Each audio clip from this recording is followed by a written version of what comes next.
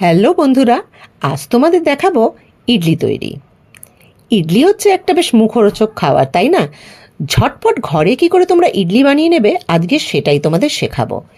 এই রেডি যে ইডলি পাউডারগুলো থাকে, সেই ইডলি পাউডারগুলো পরিমাণ মতো নিয়ে তাতে টক দই দিয়ে বেশ ভালো করে মিক্স করতে হবে। মানে ব্যাটারটা বলতে গেলে টক দই দিয়েই হবে। এই ইডলি দু রকমের হয় ইডলি মিক্স, একটা তো প্লেন হয় আর এটা মশালা হয়। আমি মশালা মিক্সটা দিয়ে তোমাদের আজকে দেখাচ্ছি। এইভাবে একটা হ্যান্ড বিটার নিয়ে সুন্দর করে টক দইটার সাথে ওই ইডলির যেই মিক্সের পাউডারটা যেটা, সেটাকে ভালো করে মিক্স করতে হবে।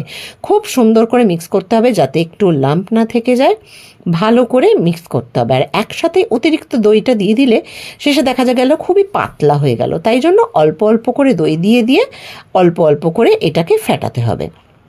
ভীষণ ভালো করে ফেটাতে হবে। এতে আর অন্য কোনো নুন মশলা কিচ্ছু দিতে হবে না, খাবার সোডা কিচ্ছু দিতে হবে না, জাস্ট টক দই আর এই ইডলি মিক্স, ব্যাস।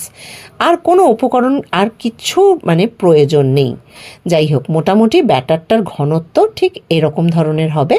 দেখে নাও, তোমরা প্রয়োজনে সামান্য জল দিতে পারো, কারণ টক দইয়ের পরিমাণটা অনেকটা বেশি হয়ে গেলে না আবার ইডলিটা ভীষণ খাট্টা হয়ে যাবে।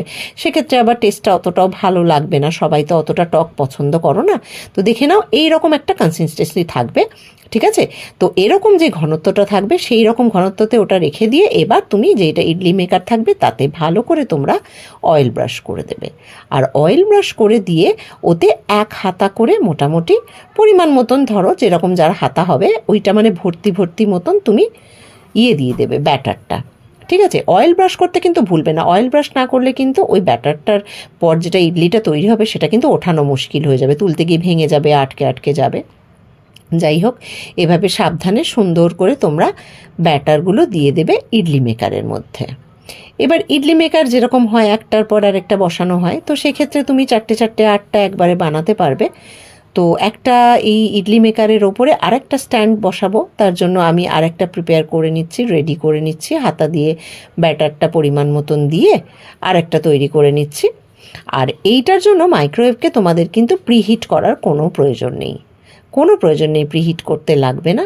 তোমরা শুধুমাত্র এটা এই ধরো 5 থেকে 7 মিনিট টাইম দেবে, তাহলেই কিন্তু হয়ে যাবে তোমাদের রেডি। 5 থেকে 7 মিনিট তোমরা দেবে, তার মধ্যেই হয়ে যাবে। ব্যাস, আমার ঢাকনা দিয়ে একদম রেডি হয়ে গেছে ওভেনে যাবে বলে। একদম ওটা 5 মিনিট কি 7 মিনিটের জন্য তুমি দিয়ে দাও, বাস। ঠিক গুনে গুনে 5-7 মিনিট পর দেখবে তোমার ইডলি গরমা গরম রেডি। এত টেস্টি টেস্টি রেডি, আহা, দেখেই তো জিভে জল এসে যাচ্ছে। এইবার হচ্ছে এটাকে খোলার পালা। এটা কি করবে, স্প্যাচুলা দিয়ে ভীষণ সাবধানে খুলতে হবে কিন্তু, যাতে ইডলিগুলো ভেঙে না যায়। একটু কায়দা করে খুললেই হবে, কোনো সমস্যা নেই। আর দেখো ইডলিটা কি সফট হয়েছে, ভীষণ টেস্টি হয় এটা, জানো তো। আর বেশি অয়েলেরও ব্যাপার নেই, ভীষণ হেলদি হচ্ছে খাবারটা। তো এইভাবে আমি একে একে বার করে নিলাম। যাদের পরিবারের সদস্য বেশি তাদের ক্ষেত্রে ধরো আরও 1-2 রাউন্ড বানাতে হবে।